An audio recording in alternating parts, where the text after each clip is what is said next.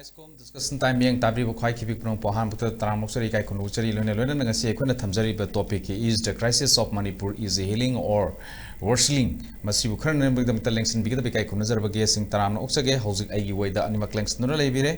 Dr. Yumnam Premananda, head of the department of law MU za Premananda bu ham taram moksari kai khunu chari थागा चिरियोजा मथंग दोजा वांखेमचा समजाय सिबिदि तकनि पाकि मेरा वजा समजाय ताराम लोकसरी काय पनु थागा चिरि ओजा आहान बसी आई कनो द लाक्सगे ओजा डॉक्टर युनाम प्रेमानंद द लाक्सगे अखोय गी मणिपुर ऑनगोइंग क्राइसिस हैजिक चही म हेंजलाए मसिदै सिदा अखोय सि हौजिक फगलइब्रा नत्रगा न मसि फिबम सोगलइब्रा हाइबो वाफम दुदनि अखोयना थमजरिबा टॉपिक सि आहान बगी ओना कमाय थंबिनि कमाय हाइबिनि योस मणिपुर की क्राइसिस सि healing tawribra nataga worsening oribra haisi wane bako masi pakhum pibodi araiba nate ko araiba nate ena haisi de kana kanda akhoina uri sidi face value haidna nongme kapna ba khona ba si khatani khoi ujari sidi manung da kari leino sini khoi thidokom change ba asi si ki laina sidi samjamba khoi ki phugi gumba kai gumba de kana ma pat gumba ki nate ba sidi manung da khoi ki kai haitara khoi ki cancer की pot ने बसीदी आदुना मसीदी मनुंग दो सौगलक अगर लेबनी ना मसी फुक्तो बम चंग cancer से fun गाय गदी मसाई नारिबा जगह दो लेंथल लंथोकी बम चंगे नत्रगना करी मुई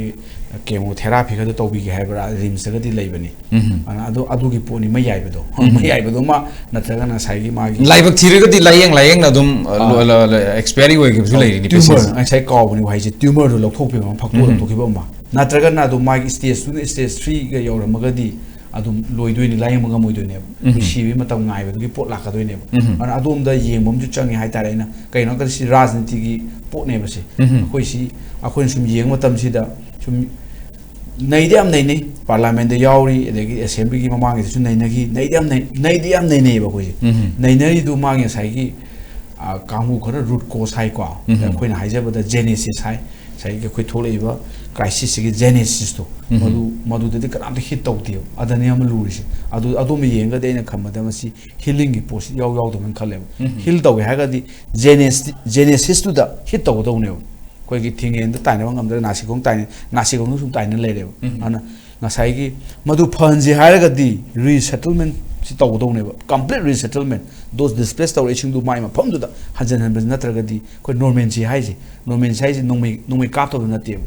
complete resettlement of those ngasai gi displaced tau eching si madu ma change madu gi posim su da ba khoi ka da haidi government jo haide adagi di khaga sangsang khana law na tan ana adu gi potu lakte khai di loisal loi ade amana mu तौरसी terrorist activity is very clear ni ko कोन ममांग खना बदु याव जखिबनी terrorist की पोतु खतंग grey area लेबि यावे हौजिकती भारतीय नाइ सानि ताइबा 2020 से लाखबदगी terrorist की पोसी very clear ओइरे मोइस unlawful activity prevents एकी मखादा unlawful organization नत्रगा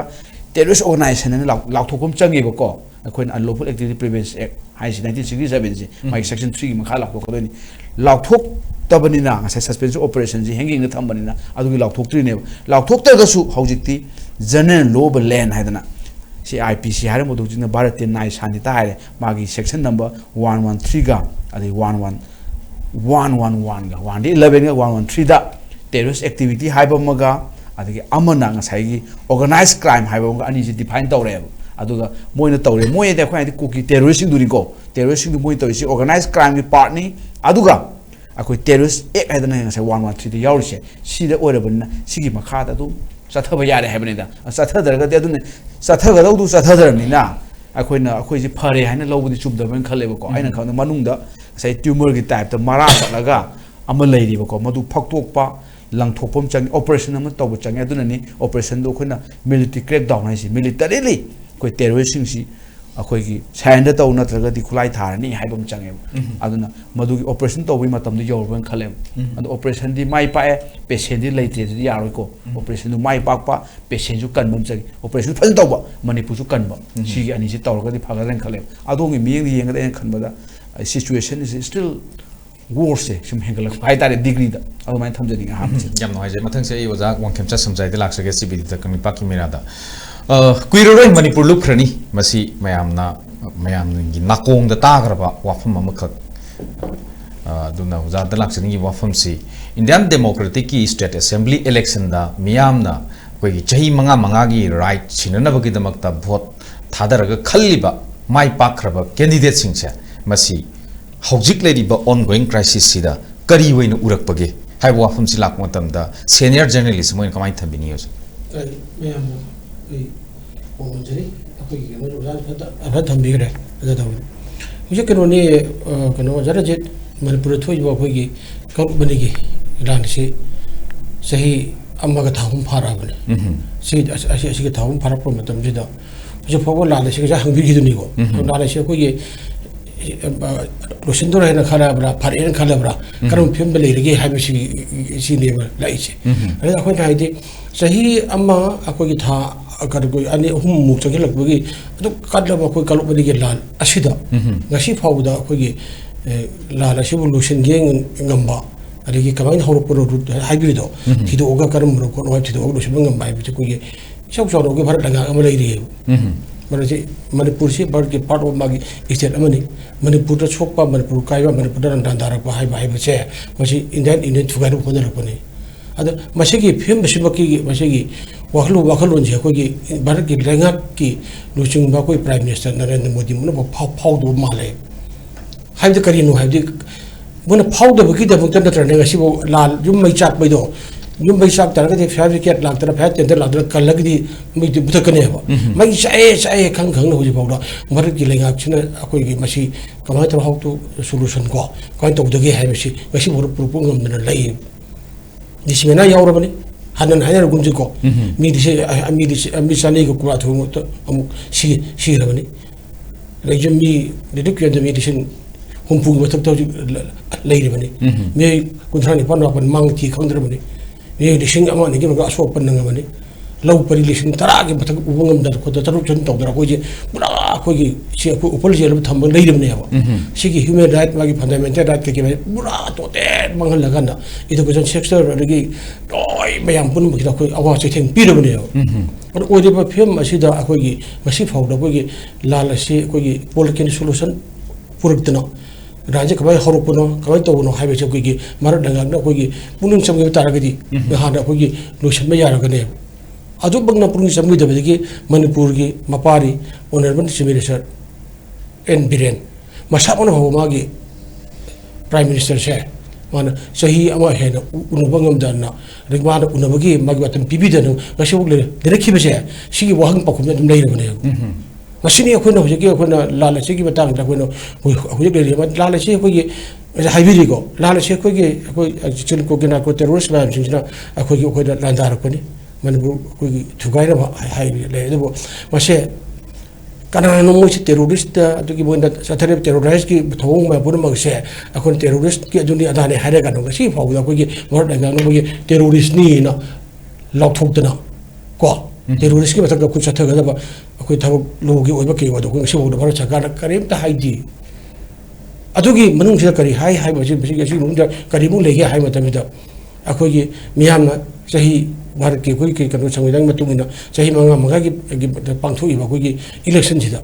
ꯚꯣꯇꯔ ꯆꯜꯂꯕ ꯆꯍꯤ 53 ꯁꯨꯔꯕꯀꯣ ꯚꯣꯇꯔ ꯔꯥꯏꯠ ꯂꯩꯔꯕ ꯑꯩꯈꯣꯏꯒꯤ ꯃꯌꯥꯝ ꯄꯨꯝꯅꯃꯛꯇꯅ ꯚꯣꯠ ꯊꯥꯗꯗꯅ ꯈꯜꯂꯤꯕꯅꯤꯀꯣ ꯃꯤꯁꯦ ꯂꯩꯉꯥꯛ ꯉꯥꯛꯅꯕ ꯂꯣ ꯃꯦꯀꯔ ꯑꯣꯏꯅꯕ ꯀꯩ ꯃꯣꯏ ꯈꯜꯂꯤꯕꯅꯦꯕꯀꯣ ꯈꯜꯂꯤꯕꯁꯤꯗꯒꯤ ꯌꯥꯎꯔꯤꯕ ꯃꯤꯒꯤ ꯑꯩꯈꯣꯏ ꯀꯨꯀꯤ ꯖꯣ ꯑꯩꯈꯣꯏꯒꯤ ꯃꯣꯏꯒꯤ MLA 10 ꯑꯃꯁꯨꯡ ꯑꯩꯈꯣꯏ ꯆꯣꯡꯊꯣꯛꯑꯒ ꯍꯧꯖꯤꯛ ꯂꯩꯔꯤꯁꯦ ꯑꯗꯨꯅ ꯑꯗꯨ ꯃꯅꯨꯡꯗ ꯑꯩꯈꯣꯏꯒꯤ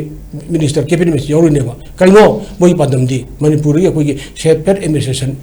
ꯂꯧꯒꯅꯤ ꯇꯥꯟꯒꯅꯤ ꯍꯥꯏꯅ ꯃꯁꯤ ꯏꯟꯗꯤꯌꯥ ꯒꯣꯔꯃꯦꯟꯒꯤ ꯃꯃꯥꯡꯗ ꯆꯣꯡꯊꯣꯛꯑꯒꯁꯨ ꯚꯣꯠ ꯑꯦꯁꯦꯝꯕ꯭ꯂꯤ ꯁꯦꯁꯟ ꯑꯅꯤ ꯐꯝꯃꯛ ꯌꯥꯎꯗ꯭ꯔꯕꯅꯤ ꯑꯗꯩ ꯃꯣꯏꯒꯤ ꯂꯣꯏꯅꯃꯛ ꯑꯦꯁꯦꯝꯕ꯭ꯂꯤꯗꯒꯤ ꯂꯧꯐꯝ ꯊꯣꯛꯄ ꯃꯣꯏ ꯀꯥꯟꯅꯕ ꯐꯪꯈꯤꯕꯅꯤ ꯁꯤ ꯑꯣꯏꯔꯐꯥꯎꯗ ꯂꯩꯉꯥꯛꯀꯤ ꯃꯌꯥꯝ ꯄꯨꯝꯅꯃꯛꯅ ꯅꯪꯅ ꯇꯧꯔꯤꯗꯣ ꯅꯣꯏꯒꯤ ꯑꯦꯖ ꯑꯦ ꯂꯣ ꯃꯦꯀꯔ ꯑꯃ ꯑꯣꯏꯅ ꯂꯦꯖꯤꯁꯂꯦꯆꯔ ꯑꯃ ꯑꯣꯏꯅ ꯃꯁꯤ ꯑꯩꯈꯣꯏꯒꯤ ꯑꯦꯁꯦꯝꯕ꯭ꯂꯤ ꯃꯤꯐꯝꯁꯤ ꯌꯥꯎꯗꯕ ꯌꯥꯗꯦ ꯐꯪꯒꯗꯕꯅꯤ ꯅꯪ ꯀꯩꯅꯣꯝꯃ ꯌꯥꯎꯔꯣꯏ ꯉꯝꯗꯦ ꯍꯥꯏꯔꯒꯗꯤ ꯃꯥꯅ ꯁ꯭ꯄꯤꯀꯔꯗ ꯃꯥꯅ ꯑꯩꯈꯣꯏꯒꯤ ꯆꯤꯊꯤ ꯏꯗꯅ ꯃꯌꯥꯝ ꯐꯪꯅ ꯑꯩꯈꯣꯏꯒꯤ ꯁ꯭ꯄꯤꯀꯔ ꯃꯌꯥꯝ ꯃꯥꯡꯗ ꯑꯗꯨꯒꯤ ꯑꯣꯏꯔꯤꯕ MLA ꯑꯗꯣ ꯁꯤ ꯂꯥꯛꯇ꯭ꯔꯦ ꯀꯃꯥꯏꯅ ꯁꯣꯏꯗꯅ ꯑꯅꯥꯕ ꯂꯩꯔꯦ ꯇꯧꯔꯦ ꯍꯥꯏ ꯂꯥꯎꯊꯣꯛꯑꯒ ꯃꯌꯥꯝ ꯇꯧꯔꯤꯅꯦꯕ ꯑꯗꯨ ꯀꯔꯤꯝꯇ ꯌꯥꯎꯗꯕꯁꯨ ꯍꯧꯖꯤꯛ ꯐꯥꯎꯕ ꯃꯣꯏꯁꯦ ꯑꯗꯨꯝ ꯊꯥꯗꯣꯛꯇꯅ ꯂꯩꯔꯤꯑꯕ ꯑꯗꯨꯅꯗꯤ ꯚꯥꯔꯠ ꯂꯩꯉꯥꯛꯅ ꯌꯦꯡꯉꯤꯕ ꯃꯤꯠꯌꯦꯡꯁꯦ ꯀꯔꯤꯅꯣ ꯑꯗꯩ ꯁꯤꯒꯤ ꯃꯔꯛꯁꯤꯗ ꯑꯩꯈꯣꯏꯒꯤ ꯍꯧꯖꯤꯛ ꯑꯩꯈꯣꯏꯒꯤ ꯃꯅꯤꯄꯨꯔꯒꯤ ꯂꯣꯏꯔꯤꯕ ꯑꯩꯈꯣꯏꯒꯤ BJP ꯑꯩꯈꯣꯏꯒꯤ ꯒꯚꯔꯟꯃꯦꯟꯠ ꯀꯣ ꯔꯨꯂꯤꯡꯒꯤ ꯁꯤꯗ ꯌꯥꯎꯔꯤꯕ ꯑꯩꯈꯣꯏꯒꯤ ꯃꯤꯌꯥꯝꯒꯤ ꯃꯤꯍꯨꯠ ꯑꯣꯏꯔꯤꯕ ꯃꯥꯒꯤ MLA ꯑꯣꯏꯔꯤꯕꯁꯤꯡ ꯑꯁꯤꯅ Manipur akhoi thokiba akhoi kalup ani ko lan ase majina to patak awa pire Manipur sia don masi no sena bo honasi akhone as legislator akhu law maker bogi lahum thoba thodang biam ni habugi thodang do masi pho kare bo lo rogi bo moi gi marak ta bo unity leite moi am to moi unity leite moi na bhar ke pare masi unani haidra moi tra te na soi todana Pisan mak orang bukan ngarang tu ngatur hari kan Prime Minister na. Ai una bagi matam dia phang dia leite aduna ai una bu dia Union Home Minister una na thang dia ebo. Adu dia kain dia ai una laga ai una wari saga laga ai una ai sana bag una wai bo. Hai bagi watu kali no bo. Adu ni ia je mai chai ba ama tar ba du gi ruling party or ba MLA amana pa PM pa or ba du una jagi hai matam ba ai una ba yadre aduna adu gi kanona ko gi Union Home Minister unawai le Union Home Minister ngam duri brabai sumaina khoi ge implement to ba haibadi tasengna khoi phawol le ba kasunta ba atop top bi bharat ki notice ki ore ba khoi minister ka amadi ma unadna ministra ma kun phaminna dna wari sadra ma ge aningo ba khan kari ma haibadi ko tabiri ba aro mai saktna re gi si lan thokna lai ba hom bi gi ma gi adu su kana no BJP ma samaki double engine gi ha double engine gi adugi adi suba engine Manipur gi BJP lenga kri yor ba ruling gi MLA sinduna ma unajage haiba tam na unabu pimon pide ba adu ndi ko gi miyam gi kholau miyam gi se ko tadi haibne adu ndi mase kai no asi ba tam bira ko aina lohuning mudi wasaran je lohuning mudi ai hanjo atai hajar ko ruling gi le ba opposition ruling khaidana adu ko opposition gi ruling gi ma pun se cha manna ko gi pullaganda Prime Minister nandina mudi unagadam di nan uno phangda tar gadi nan akhoi Manipur se nan akhoi double engine hai bire si tore haru se bodak si kanna ba socha to ngar gadi akhoi to e nang lenga che khoi atoba khoi regional political party am akhoi semani kaina ga si akhoi chhaina khoi ji hajur ran haja dana no jana leibagi am lei ba koi mal lei ba hidi akhoi de sirba mi ga sani ku ba thoi chen we jibo hui ra hodong na kang la ba Kangla digi ko kuisi si gi mi gi mamani advai tawdana hojikti akhoi gi aina pa de ko gi Manipur la leirba me gi mir ore bomai na khona sahi manga gi bar samidang ma pangthui ba assembly election mo thadara ga moi mi gi mir ore na to khimani moi lei na Manipur se thuai na to lan hona mai sa abani ar ka du kyang puire sahi am tha hum mari phagal amani sibaw ro na moi gi apun be saktan pangan thongna mari ba kana banu akhoi leiri me gi akhoi me amni akhoi leng da kai dong ira pang wa doino ar bhar dangak ta na ba lawni ta ta chu akhoi mo ga thengna gani haiba gi wa gi lohum thobo mo gi responsibility mo gi daita mari ba dong lo bungam de ba adun moi adun na prajamiyam sina pena da bamadi moi gi pende adun lahum thobo adun lo ga dam ne ba yam wai ja thabiri wa pham matam singa sigi kitang ten takna ta gi basida khoi oja kano tam talak sege oja kano pramanda talak sege oja pramanda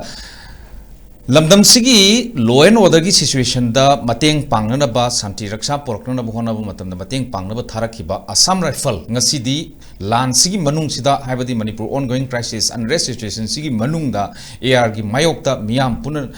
khoi gi leplak labara Manipur dagi AR lokthokina ba khoi gi President amadi PM da wakat lagani haiba kokomi gi wafam sing media da phongtong rei swai matang sida karmain thambi bi kamai habi bi Uziki kokomina haire isya yamna serious over matter ni ko khoi line routine ga wena lobby da ba adi Manipur irang si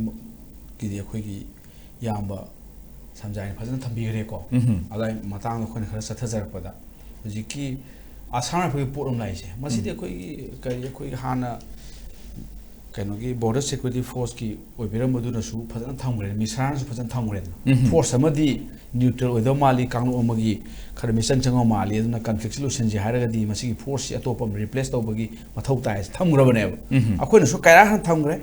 repetition iman haibirisi khoi is kom da khana badu am thamgrabane base ada khoina haijaba da conflict am solution ji hai taraga di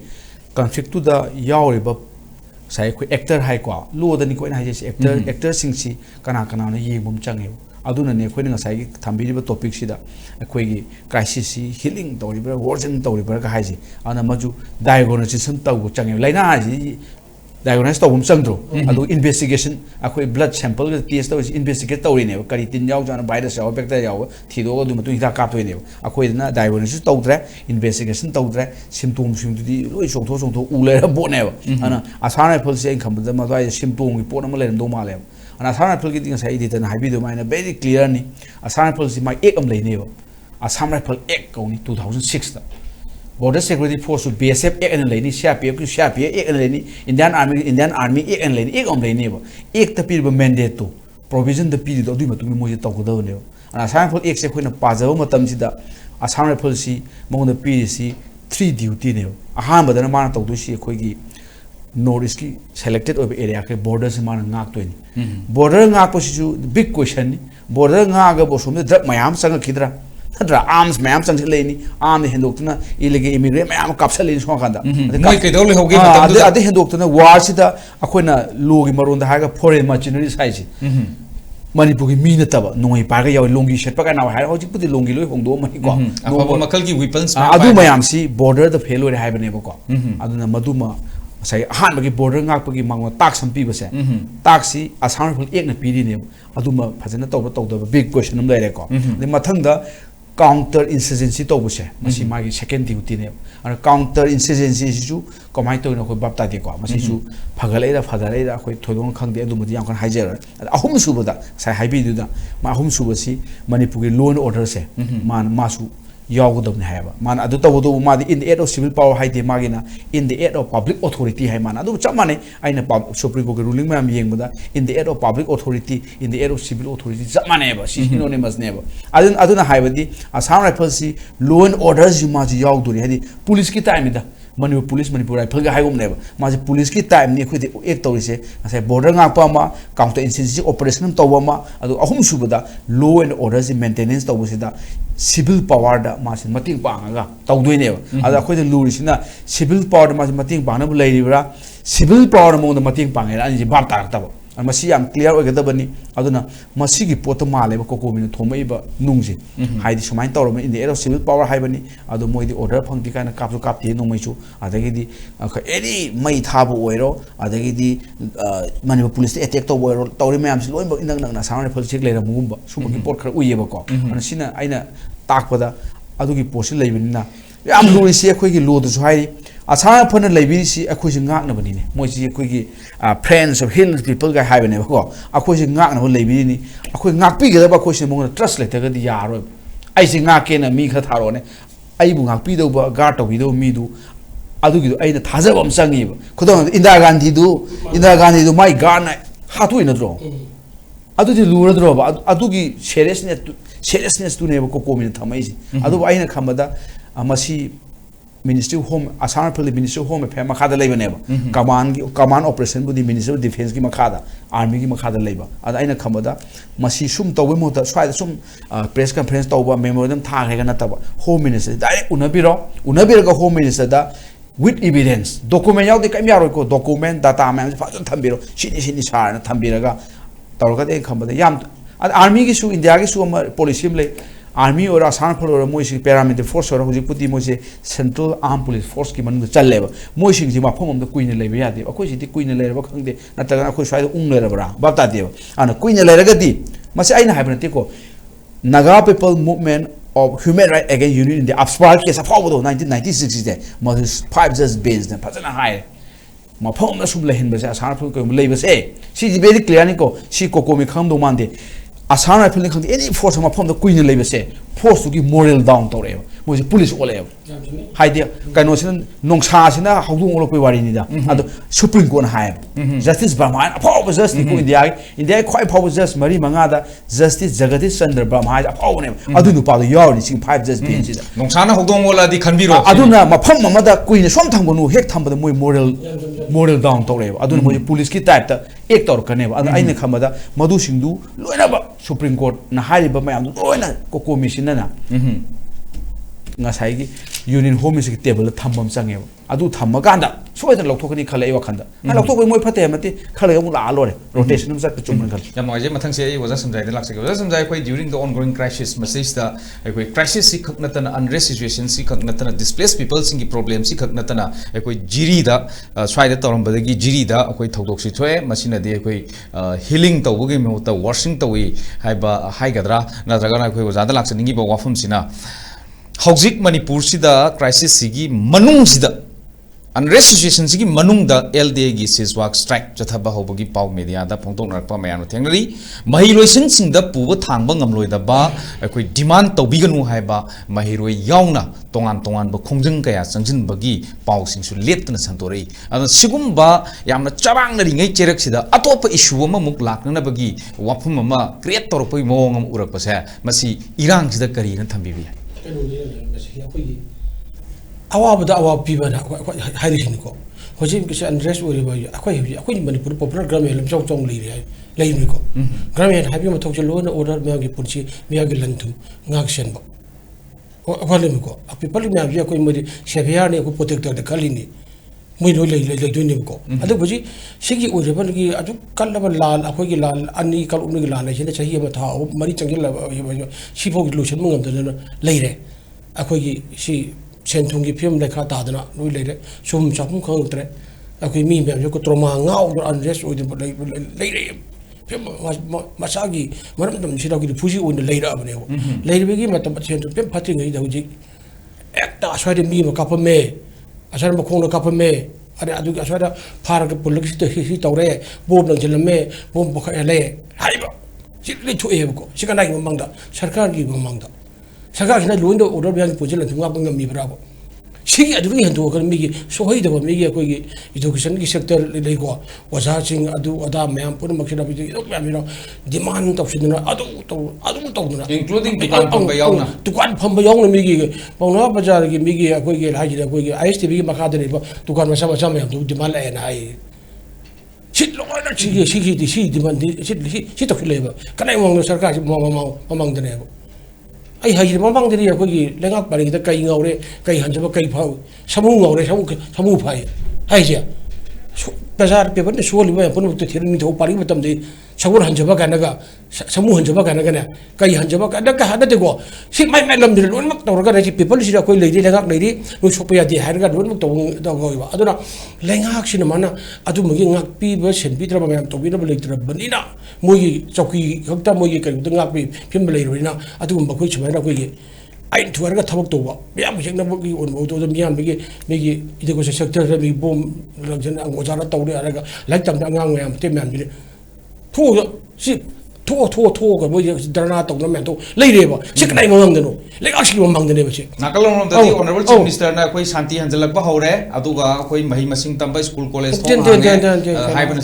sing ai honorable chief minister gi bar pangang ka pangang ni ai pangang gi haige Narendra Modi wote nungai horo nung tade nga pa horo ido adu di mang hang gang thopune ai na haibu dune bo nung thono nga wat le pam kha tahi di hebse Narendra Modi le nungai horo nung tade nga pa horo ai do ai go de MLA ni phu de piu sanai ba mari bo len gi ai do ma on nga bi bra ba do si pa haibu dong ne mi mi gi ba de ba problem bi de thali sabe ni bo go no ge go no ne je go olen di european ta ge kai hai bo ha du chik man ngang di ai ngang nge ji ai ka ban mi me ya no ke ai bu sembi sabi ba ai man lo le ni ko adu du sing man ngang de ma de su ngang ni ko as ma du si mister lo jani he mi am dong tar ka thok tar thabuk to chum ni ko ma de ma adu haya ba te ko man to thabuk de yengu ai he mo yaw dra ni we have you mo de le ni ko tung gi picture gi jam sang yengu mi ni ko as lai ni ko min u lai ni ko hai na so na ngi dong ne bo adu mi ha ma mang da ai da as ai emile ni fu pu sa na le ba mo bo ren ge Narendra Modi de ngai horo nung ta ne nga pha horo action ning bi len ma tharo gena adu mara len ma tharo action ning bi ha bi cha cha ko to ko de ba action ni yeng la len ma tharo dra sahi amba ga tha mari su de kya wari o huji uri ma bia magi ma bang na da tra ma hero me am like tam ngam da na play card pai dina ha ima iben ma matra go be asa de phalon la reise asa de pandra me am gu nuchina na public relation mari le na loin order me ko chilam tung pajang ngap bi dina le ma ga di afaba force mo kan go be hai ga dra ba go be hai ga dra ba he ji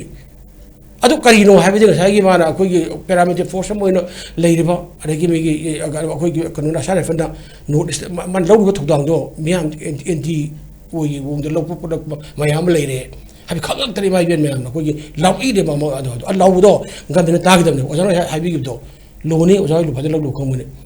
ꯑꯗꯨꯅ ꯑꯩꯈꯣꯏ ꯃꯌꯥꯝꯗ ꯑꯩꯈꯣꯏꯗꯤ ꯗꯣꯀꯨꯃꯦꯟꯗꯣ ꯑꯩꯈꯣꯏꯅ ꯈꯣꯝꯕ ꯇꯥꯏ Assam rifle ꯃꯤ ꯁꯨꯃꯥꯏꯅ ꯇꯧꯔꯝꯃꯤ ꯑꯩꯅ ꯁꯥꯏ ꯊꯨꯒꯥꯏꯔꯝꯃꯤ ꯁꯤ ꯇꯧꯔꯝꯃꯤ ꯍꯥꯏꯅ ꯑꯗꯨ ꯃꯣꯔꯦꯗ ꯅꯠꯇ꯭ꯔꯣ ꯑꯁꯥꯝ ꯔꯥꯏꯐꯜꯒꯤ ꯑꯁꯥꯝ ꯔꯥꯏꯐꯜ ꯑꯃ ꯀꯦꯁ ꯊꯧꯖꯤꯜꯂꯛꯄꯗ ꯑꯩꯈꯣꯏ ꯀꯨꯀꯤ ꯇꯦꯔꯣꯔꯤꯁ ꯅꯥꯀꯣ ꯇꯦꯔꯣꯔꯤꯁ ꯑꯁꯥꯝ ꯔꯥꯏꯐꯜ ꯀꯦꯁ ꯃꯊꯛ ꯀꯥꯈꯠꯂꯒ ꯅꯣꯡꯃꯩꯅ ꯀꯥꯞꯄꯒ ꯇꯧꯔꯒ ꯃꯣꯏ ꯍꯥꯠꯇꯣꯛꯈꯤꯕꯗꯣ ꯑꯗꯨ ꯐꯨꯇꯦꯖ ꯑꯗꯨ ꯑꯁꯥꯝ ꯔꯥꯏꯐꯜ ꯑꯗꯨ ꯉꯝꯗꯦꯕ ꯃꯣꯏ ꯀꯦꯝ ꯁꯤ ꯂꯩꯔꯀꯥꯟꯗ ꯃꯣꯏ ꯀꯦꯝꯗꯨ ꯃꯇꯪ ꯉꯥꯟꯅ ꯑꯩꯈꯣꯏ ꯀꯧꯊꯣꯛꯇꯒꯤ ꯀꯥꯞꯊꯣꯔꯛꯄ ꯃꯇꯝꯗ ꯃꯣꯏ ꯂꯩꯔꯤꯕ ꯑꯁꯥꯝ ꯔꯥꯏꯐꯜ ꯂꯩꯔꯤꯕ ꯑꯃꯨꯛ ꯀꯩꯗꯧꯒꯦꯕ ꯑꯁꯤꯒꯨꯝꯕ ꯑꯍꯤꯡꯕ ꯗꯣꯀꯨꯃꯦꯟ ꯃꯌꯥꯝꯁꯦ ꯀꯂꯦꯛꯁꯟ ꯇꯧꯔꯒ ꯚꯤꯚꯤꯠꯂꯤꯁꯤ ꯎꯠꯇꯅ ꯁꯤꯗ ꯌꯨꯅꯤꯌꯟ ꯍꯣꯝ ꯃꯤꯅꯤꯁꯇꯔꯗ ꯀꯩꯗ ꯎꯠꯂꯀꯥꯟꯗ ꯁꯤ ꯎꯠꯂꯒꯗꯤ ꯁꯤ ꯇꯧꯕꯗ ꯑꯩꯈꯣꯏ ꯀꯂꯦꯛꯁꯟ ꯑꯩꯈꯣꯏꯒꯤꯗꯤ ꯗꯣꯀꯨꯃꯦꯟꯁꯨ ꯀꯩꯁꯨ ꯂꯩꯇꯦ ꯑꯗꯩ ꯏꯍꯧꯁꯨ ꯑꯩꯈꯣꯏꯁꯨꯅ ꯏꯍꯧꯁꯨ ꯑꯩꯈꯣꯏꯗꯤ ꯒꯣꯕꯦꯛ ꯑꯁꯥꯝ ꯔꯥꯏꯐꯜꯅ ꯏꯃꯥ ꯏꯕꯦꯟ ꯈꯔ ꯂꯧꯖꯔꯝꯃꯒ ꯑꯗꯒꯤ ꯑꯩꯈꯣꯏꯒꯤ ꯁꯤꯚꯤꯜ ꯁꯔꯚꯤꯁ ꯑꯣꯔꯒꯅꯥꯏꯖꯦꯁꯟ ꯈꯔꯅ ꯑꯗꯨ ꯂꯧꯔꯝꯃꯀꯥꯟꯗ ꯇꯨꯃꯤꯟꯅ ꯂꯩꯊꯣꯛꯈꯤꯕ ꯁꯤ ꯌꯥꯝꯅ ꯑꯩꯈꯣꯏꯒꯤ ꯀꯩꯅꯣꯒꯤ ꯑꯩꯈꯣꯏ ꯅꯨꯡꯉꯥꯏꯇꯕ ꯑꯃꯅꯦꯕ ꯑꯩꯈꯣꯏꯅ ꯈꯣꯡꯖꯪ ꯆꯪꯁꯤꯟꯅꯤ ꯍꯥꯏꯇꯥꯔꯒꯗꯤ ꯔꯨꯠ ꯀꯣꯁ ꯐꯖꯅ ꯊꯤꯒꯅꯤ ꯑꯣꯖꯥꯅ ꯍꯥꯏꯗꯣꯏꯁꯦ diagnose ultrasound X ray M R I ꯂꯧꯗꯅ ꯑꯅꯥꯕꯁꯤ ꯀꯃꯥꯏꯅ ꯍꯧꯔꯛꯏꯕ ꯑꯅꯥꯕꯅꯣ ꯁꯤ ꯀꯃꯥꯏꯅ ꯇꯧꯈꯤꯕꯅꯣ ꯉꯁꯤ ꯁꯤ ꯄꯨꯟꯅ ꯊꯤꯔꯒ ꯑꯩꯈꯣꯏꯒꯤ ꯑꯗꯨ ꯌꯦꯡꯊꯣꯛꯑꯒ ꯑꯩꯈꯣꯏ ꯇꯧꯒꯗꯕꯅꯦꯕ ꯑꯗꯨꯅ ꯑꯩꯈꯣꯏꯒꯤ ꯁꯤꯚꯤꯜ ꯁꯣꯁꯥꯏꯇꯤ ꯑꯣꯔꯒꯅꯥꯏꯖꯦꯁꯟ ꯃꯌꯥꯝ ꯄꯨꯝꯅꯃꯛ ꯑꯁꯤꯁꯨ ꯍꯦꯛꯇ ꯍꯧꯔꯝꯕ ꯀꯥꯟꯗ ꯍꯦꯛꯇ ꯑꯩꯈꯣꯏꯒꯤ ꯇꯣꯛꯊꯣꯛꯈꯤꯕ ꯍꯦꯛꯇ ꯇꯣꯛꯊꯣꯛꯈꯤꯕ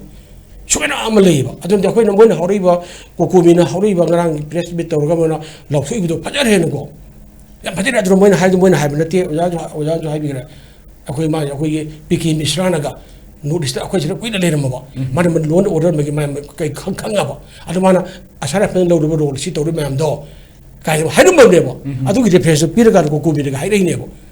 ꯁꯤ ꯍꯥꯏꯔꯛꯏꯅꯦꯕꯀꯣ ꯑꯗꯨ ꯑꯣꯏꯇꯥꯔꯒꯗꯤ ꯀꯣꯀꯣꯃꯤꯅ ꯆꯪꯁꯤꯜꯂꯛꯏꯕ ꯈꯣꯡꯖꯪꯁꯦ ꯑꯆꯨꯝꯕ ꯑꯣꯏꯗꯣꯏꯅꯤ ꯀꯅꯥꯒꯤꯗꯃꯛꯇꯅꯣ ꯃꯅꯤꯄꯨꯔ ꯃꯤꯌꯥꯝ ꯀꯟꯅꯕꯅꯤ ꯃꯅꯤꯄꯨꯔ ꯁꯥꯟꯇꯤ ꯑꯣꯏꯅꯕꯅꯤ ꯃꯅꯤꯄꯨꯔ ꯃꯤꯌꯥꯝꯒ ꯑꯐꯕ ꯃꯔꯤ ꯂꯩꯅꯗꯕ ꯃꯅꯤꯄꯨꯔ ꯃꯤꯌꯥꯝꯕꯨ ꯅꯥꯀꯟ ꯑꯃ ꯇꯣꯡꯁꯤꯜꯂꯀꯥꯟꯗ ꯃꯤꯆꯪ ꯆꯪꯉꯀꯥꯟꯗ ꯂꯣꯟ ꯑꯣꯔꯗꯔ ꯉꯥꯛꯄ ꯀꯩ ꯃꯌꯥꯝ ꯄꯨꯁꯤꯟꯒꯥꯛꯄ ꯌꯥꯎꯕ ꯑꯁꯥꯝ ꯔꯥꯏꯐꯜꯅꯤ ꯍꯥꯏꯕꯗꯨ ꯃꯣꯏꯅ ꯍꯥꯏꯔꯛꯑꯕꯅꯦꯕ ꯑꯗꯨ ꯑꯣꯏꯔꯒꯗꯤ ꯃꯥꯒꯤ ꯆꯞ ꯆꯥꯕ ꯗꯣꯀꯨꯃꯦꯟ ꯃꯌꯥꯝ ꯄꯨꯝꯅꯃꯛ ꯏꯕꯤꯗꯦꯟꯁ ꯈꯣꯝꯃ ꯀꯥꯟꯗꯅꯦ ꯇꯦꯕꯜ ꯇꯧꯕ ꯇꯥꯏ ꯑꯗꯨꯒ ꯁꯦꯁꯣ ꯃꯌꯥꯝꯁꯦ ꯆꯞ ꯃꯥꯟꯅꯕ ꯇꯥꯏ ꯁꯤ ꯑꯣꯏꯔꯒꯗꯤ ꯑꯣꯖꯥ ꯀꯩꯅꯣ ꯂꯦꯡꯕ ꯉꯝꯃꯣꯏ ꯀꯦꯁ ꯇꯧꯅꯩꯁꯤ ꯏꯕꯤꯗꯦꯟꯁꯇ ꯉꯥꯛꯇ ꯅꯠꯇ꯭ꯔꯣ ꯁꯤ ꯃꯥ ꯃꯤ ꯍꯥꯠꯄꯅꯤ ꯁꯤ ꯅꯣꯡꯃꯩꯁꯤ ꯂꯩꯔꯦ ꯃꯔꯨꯁꯤ ꯂꯩꯔꯦ ꯃꯥꯏ ꯐꯨꯇꯦꯖꯁꯤ ꯂꯩꯔꯦ ꯍꯥꯏꯕ ꯂꯣꯏꯅꯃꯛꯇꯨ ꯃꯤꯒꯤ ꯏꯕꯤꯗꯦꯟꯁ ꯃꯌꯥꯝꯗꯣ ꯀꯣꯏꯁꯤꯜꯂꯀꯥꯟꯗ ꯑꯗꯨ ꯖꯖꯅ ꯇꯧꯗꯣꯔꯤꯅꯦꯕ ꯑꯗꯨꯃꯥꯏꯅ ꯁꯤ ꯑꯩꯈꯣꯏ ꯉꯝꯁꯦꯕ ꯁꯤꯅꯤ ꯃꯔꯩꯕꯥꯛ ꯅꯨꯡꯁꯤꯕ ꯃꯔꯩꯕꯥꯛ ꯀꯟꯕ ꯍꯥꯏꯕ ꯑꯩꯈꯣꯏꯕꯨ ꯌꯦꯛꯅꯕꯅꯤ ꯑꯩꯈꯣꯏꯕꯨ ꯃꯥꯅ ꯂꯥꯟꯅ ꯇꯧꯏ ꯁꯨꯃꯥꯏꯅ ꯇꯧꯏ ꯈꯣꯠꯂꯤ ꯍꯥꯏꯕꯁꯦ ꯃꯁꯤ ꯑꯦ ꯑꯥꯔꯒꯤ ꯑꯁꯣꯏꯕ ꯃꯌꯥꯝꯗꯣ ꯑꯩꯈꯣꯏꯅ ꯆꯞ ꯆꯥꯅ ꯑꯩꯈꯣꯏ ꯄꯨꯊꯣꯛꯄ ꯇꯥꯏꯌꯦꯕ ꯑꯗꯨꯅꯅꯤ ꯃꯒꯣ ꯕꯦꯛꯅ ꯂꯥꯎꯔꯛꯏꯁꯦ ꯀꯩꯅꯣ ꯐꯔꯒꯗꯤ ꯃꯥ ꯆꯠꯂꯨ ꯍꯥꯏꯔꯣꯏꯅ ꯃꯤ ꯀꯅꯥ ꯑꯣꯖꯥ ꯑꯃ ꯇ꯭ꯔꯥꯟꯁꯐꯔ ꯇꯧꯒꯦ ꯍꯥꯏꯕꯗ ꯑꯩꯒꯤ ꯁꯥꯇ꯭ꯔ ꯃꯌꯥꯝ ꯃꯤꯒꯤ ꯑꯁ ꯀꯣꯏꯁꯤꯟꯗꯅ ꯑꯣꯖꯥ ꯆꯠꯄ ꯌꯥꯔꯣꯏꯅ ꯃꯤ ꯄꯨꯂꯞ ꯇꯥꯟꯗꯅ ꯌꯦꯡꯉꯤꯅ ꯑꯎꯕ ꯍꯧꯕ ꯑꯗꯨ ꯃꯍꯩꯔꯣꯏꯗꯨꯗ ꯃꯌꯥꯝꯅ ꯍꯧꯔꯛꯄꯗ ꯑꯣꯖꯥꯗꯨ ꯇ꯭ꯔꯥꯟꯁꯐꯔ ꯇꯧꯗꯅ ꯊꯝꯃꯦ ꯍꯥꯏꯕ ꯃꯥ ꯆꯠꯈ꯭ꯔꯗꯤ ꯌꯥꯔꯣꯏ ꯑꯣꯖꯥꯁꯤ ꯂꯩꯔꯦꯅ ꯁꯨꯝꯕꯒꯤ ꯊꯥꯛꯇ ꯑꯩꯈꯣꯏ ꯂꯨꯆꯤꯡꯕ ꯑꯣꯏꯁꯦꯕ ꯑꯩ ꯁꯤꯒꯤ ꯊꯥꯛꯇ ꯆꯤꯐ ꯃꯤꯅꯤꯁꯇꯔ ꯑꯣꯏꯕꯤꯌꯨ ꯑꯦꯝ ꯑꯦꯜ ꯑꯦ ꯑꯣꯏꯕꯤꯌꯨ ꯀꯦꯕꯤꯅꯦꯠ ꯃꯤꯅꯤꯁꯇꯔ ꯑꯣꯏꯕꯤꯌꯨ ꯑꯩꯅ ꯁꯤꯅ ꯑꯐꯕ ꯑꯣꯖꯥꯅ ꯅꯣꯡꯃ ꯍꯥꯏꯈꯤ ꯑꯩ ꯐꯝꯃꯤꯟꯅꯕꯗ ꯏꯃꯥ ꯏꯄꯥ ꯑꯅꯤ ꯁꯤꯃꯤꯟꯅꯕ ꯂꯥꯏꯅꯦꯅ ꯑꯩꯈꯣꯏꯅ ꯅꯤꯡꯉꯦꯕ ꯂꯥꯏꯗꯨꯅꯕꯨ uju ude ai shenbi na brava ya ima gi pa na ki na sumde ke u tor mana shem na khotar tori ma jo ji bin u balai draba azara ko min u balai dwana min u ba ko si minister min u ba ko mla yang yut uhin bio min u ba min u isor gi adbaida uhin bio mas shenbi u ba ko parja me mari ba shenbi u mari ba shemu lo maker oyo lo maker da lo maker ora kanu har pa ꯁꯤꯒꯤꯗ ꯑꯩꯈꯣꯏꯒꯤ ꯂꯩꯖꯅꯤꯡꯉꯤ ꯁ꯭ꯋꯥꯏ ꯇꯧꯅꯤꯡꯉꯦꯕ ꯑꯗꯨꯅꯅꯤ ꯑꯗꯨꯅ ꯀꯣꯀꯣꯃꯤꯅ ꯉꯔꯥꯡ ꯍꯧꯔꯛꯏꯕ ꯈꯣꯠꯂꯤꯕ ꯃꯌꯥꯝ ꯇꯧꯔꯤꯕ ꯃꯌꯥꯝꯁꯦ ꯃꯊꯪ sir ꯂꯧꯔꯛꯏ ꯃꯥꯅ ꯍꯥꯏꯔꯤꯁꯨ ꯄꯤꯀꯤ ꯃꯦꯁꯔ ꯍꯣꯏ ꯑꯇꯩ ꯃꯌꯥꯝ ꯄꯨꯝꯅꯃꯛ ꯍꯥꯏꯔꯛꯄ ꯃꯌꯥꯝꯗꯣ ꯄꯤꯀꯤ ꯃꯦꯁꯔ ꯅꯦꯁꯟ ꯄꯦꯄꯔ ꯎꯅꯕꯗ ꯐꯣꯡꯅ ꯍꯥꯏꯔꯝꯃꯤ ꯌꯦꯡꯉꯨꯅ ꯂꯣꯏ ꯇꯥꯔꯤꯅꯦ ꯑꯣꯖꯥ ꯍꯥꯏꯁꯦ kana Indian Prime Minister, Indian Minister Rajnath ka ke different tar mo hagil ine ba kana gi kana no AR ga sud hagil ine ba adar thui be isku ju orgadi mar langa manipur ga baja me purji to kum thui ga si yo ra ne ngo ba si yo hu si to ne ba ka ru ba dis sana ba mo tong jile ga hai ra ba ne ba adu gi defense ma khom jin le ga ko ko min hai pa do yam phai ada ne ga da ba ni tebin ne to ro ga da mo gi AR ga sud putias ka gi me khom jin la ga ne sini tu ai si le re to prove that kind of shit. She to pick them. Other way, Nanga Hormagana, tumen library to topic no yam ngai hai ba tham je mathang se yoja kana da lakse yoja preman da lakse yoja preman da aukhi 10 cookie MLAC assembly mifam da saruk yana ba aikoi ne invite tauri saruk ya pham thoi ha ba honorable minister gi wafam statement ma media da phongdorok pa mayam na ure loina na aikoi gi cookie MLA tara disqualified tawina ba malem thongana governor da taksin ki wafam amasu media da phongdok na ure aikoi assembly session si July 31st gi hauna na bagi wafam mayam da masisu adum thorok pasu thengna gre aduna mamangi da su aikoi adugi da su adum chayet na ba adum laigre hadak da su sumain tawroga adum tok tori bra mamangi du da bo yaw gi draba hadak na kamai tawrok yari haiji people sing sina khalam ga da bo wakal da madu politicians sing gi mafam da moi da su madu gi wakalon du manung tipa wakan lon du in depthly madu ubham thokpra kamai thami bi hojiki hangbi si am phajaba question ni ko ada si question ji khumba si daina amakha aina hauling si MLA se masi makhoi akhoi sida khangna daba MLA haibigi full form nati koi haji si member of legislative assembly da taba MLA se ka bodi mai constituency amadi karakani bako once mas elected oita ga di masi member of legislative assembly gi member ni sima kaubiya de ko aduna MLA duna mai constituency gi praja singdu gi tamak tawni tawbi ko sukai di mai whole manipur represent tawri ne si mana khangbi ga dawni an MLA sina hadak ahumlak sida assembly session je ma attend to the baisa magi primary duty primary ngasagi mandate ama constitution pi di ma by the tori ma khanga da I am the MLA he is the MLA system jana apoto to ya puti ma assembly yaw se magi obligation ne duty ne constitution pi duty ne an assembly hajana yaw da baisa action lo yare 90 day 60 day absent ba ka adu karai de assembly 60 day 90 day kai phamura natra adu budi yaro asai assembly gi asai procedure and the business rule du budi adu di yam kana pan ba da moi si disqualify to bunga moi ade akoina among ying adu si MLA gi thabak si ani ni aman inside the assembly ha ma outside the assembly ha ma assembly gi wa da thabak to ise adu si MLA se moi mathak ta ngasai gi ma gi ethics committee na kan action lo wi ai akhoi ni khangdam ni MLA harga assembly da pham badang khale ba assembly gi wa ma MLA amna khudam mo munin ta da ba lamsa chatle na adu action lo wi ai akhoi na khangdam MLA sin na pangang ang ba di ko MLA gi am lui ko MLA gi di assembly gi wa ma da man mai conduct tu na ethics kai ta ga di adu su action lo wi adoi ni adu assembly mang du action lo wi adoi ni sim khang bi tare ade amana mu ngasai gi moi gi procedure and business ka taw adu na taw ko ek am lai ri ko si ma kha da ni moi si disqualify taw ya do si representation of people in 1951 si masi di phajana adu yam yauri corrupt practice kan section 123 ka kha yauri ko adu na mamang da kanu ma khanna ba da khoi am tong ne ko ta thok na lo lai te ka ha adu de hai bi nu da ayam kana hai ba nu ngai te MLA go ma kai go sa khoi yam ngang mo so khoi bok the privilege ki kanu move to bu yari ne ko adu lai bi ne yam kan ngang je taw bu da bu lo di lai lo lai ti hai bi kanu na lo go za lai tinga da pang mai wa ne khoi lai one tammi ni basi aduna aina khambada representation people in 1951 se sigi makha da close sam yauri adu makha da moi tan thok pu yani ko aduma adi ida lai ba da haraga na whip ama jari raba hanta kisi bill kanu puthok piro yam lai jane tam da to ke di akhoi de luina na combine tan thoi da ge esi lai reba combine tan thok si ge disqualify taw si ge na khan bi da yam lai lo pass to hoji lo ma huziki hantak lai ba ko gi criminal law ahum hantak kanu taw ki bedu da puthok ki bedu da chana ba hore na hai ki bedu da communal oiba haigadra kare haini khatang masagi oijaba wakalon da akoi Indian constitution bu singnaraga separate administration natragana akoi madugi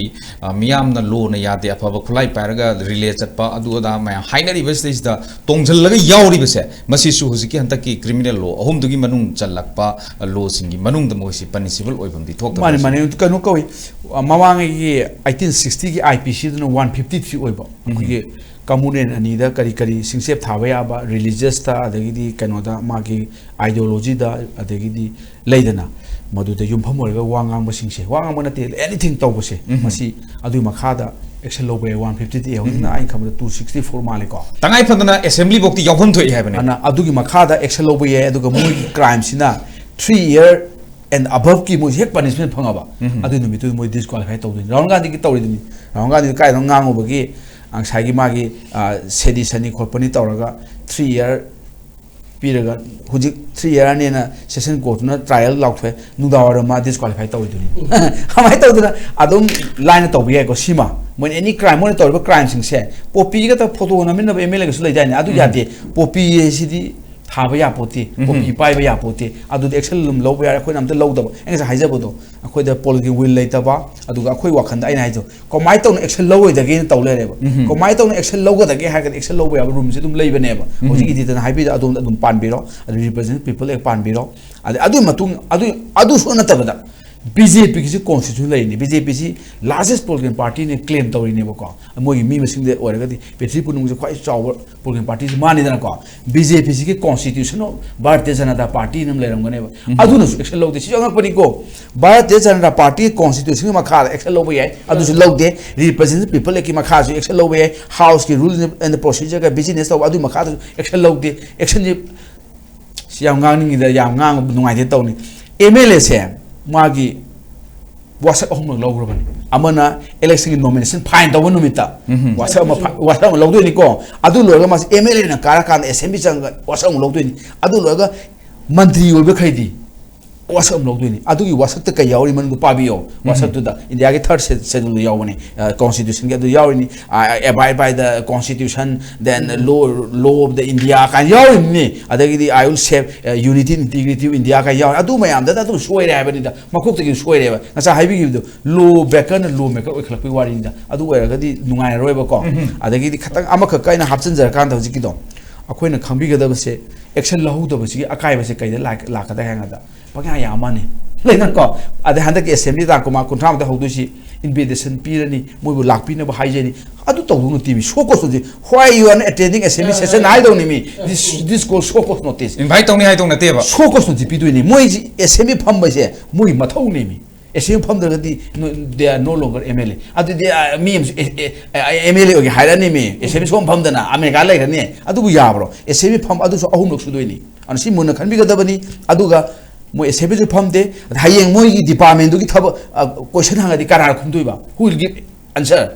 help पाइब ओरमबे एदि tribal affair पाइब एनी पाइरो अदुगी anything दु any question हाको मतमदा budget related other related question दु कंसर्न एमएलए दुना कंसर्न मिनिस्टर दुना आंसर पिदुनी okay floor of the house कना पिदुनी दो मतम टेंशन लपनिना ओजा समझाय खितंग तेंतन खुंबियो कोइगी कनोसे political solution nama political negotiation nama masidi mathau tarabra khali aduna adubu akoi hojik si malem gi waina artificial intelligence na kham thengna saukhala ga robot na miui bena tawda thabuk mayam ma tawra ga akoi social development si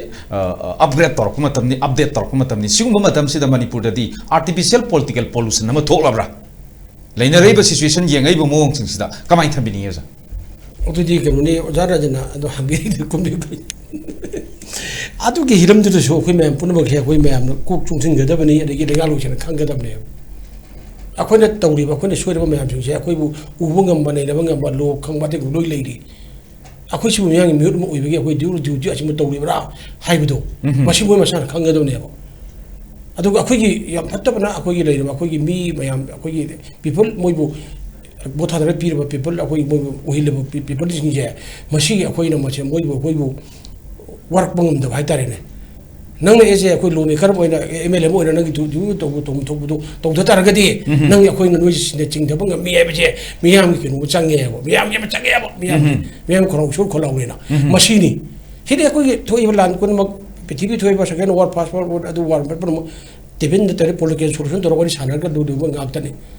adu oiri ge akoi nang ka sai dige akoi ojana habire ba akoi hybrid में हमारी root को थिबते करा खरो लेला थिबते है बजे रुसाना थिदन पंग तारा ले लिक हे तो कई नो अदुरा हुता हम बिगे जम नुनी मिने इमिले मनि बु थुगा न बि कुजेन सेलो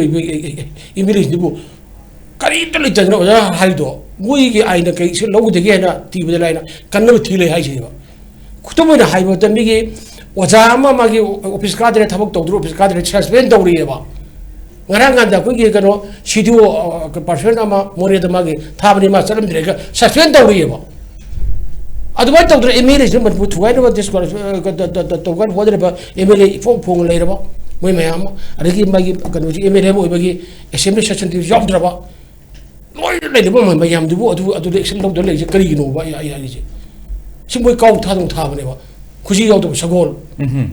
시 아주 많은 뭐 이제 다 보내봐 아들하고 이게 오늘은 심미스터 가고 말하는 비오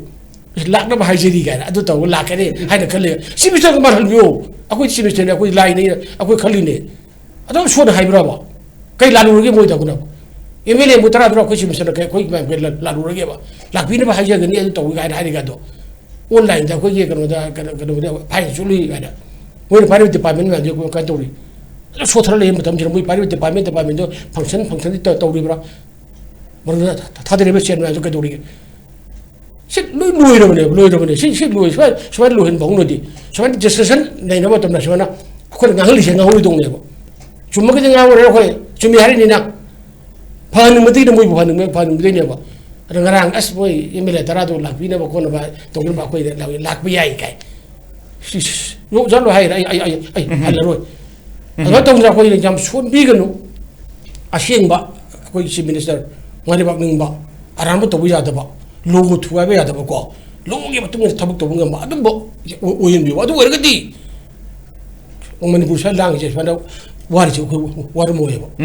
ada banyak orang yang TV lah, orang yang urut di betul lega na, kabar orang yang segai lega na, hanya ni macam pun macam kani guna bo. Ada ni hanya ni mix saya dah, orang yang kan lak pada, orang tu nak halena, kunjung hari saya tu. Ada macam cara ya, ba, orang tu nak halena tu, orang yang kan lak pada ya. Prime se orang yang secara kan, orang rumah se orang wahai ni. Si kali ni si buat, aku ni MLA je bilu, mereka macam mana ni, mau ya suka tu. Ada mau nak respect tu bido ba, aku kalau tak bido ba, nuai dia. Aduna aina hajabadi miyam ge asyam ge miyut uibiu miyam ge asyam miyut uina lai miyut miyam lai lai na nui lai na tik daw lai na nai ba kulan ho ga bai cha nyanu misim ra thon nyanu nai ba thuai ge na miyam landar ko miyam ko de nui na ne luk tan ding jing le nai ba dam to kal ire ba ku hen ba le ba te ko ire ba ki dam te ngi sibu ko na mem tong ni sia aduna mai ba ning de ba ai ge da hai na mang tha ba ge wa ora ge da ko ya roi si dai tham je ge chum ta Yamwajing asi ISCOM discussion time the thamjari topic is the crisis of Manipur is healing or worsening. Masibu khana nabagi dam telengsin big pai kai kunuzar bagi singwada Dr. Yumnam Premananda head of the department of law MU aduga waza wangkem cha samjai chief editor kangli paki mera guest animakpu ISCOM discussion time ki mai ke di aroi boy na thaga chabi kai kunu phongdok chabag loina nga sigi dam tadi ISCOM discussion time hobadi na loi phaw mieng tapi ke khwai ki kunu aroi boy na thaga chabi kai kunu phongdok chabag loina na kai ne athang nijari pina birasi khurum jai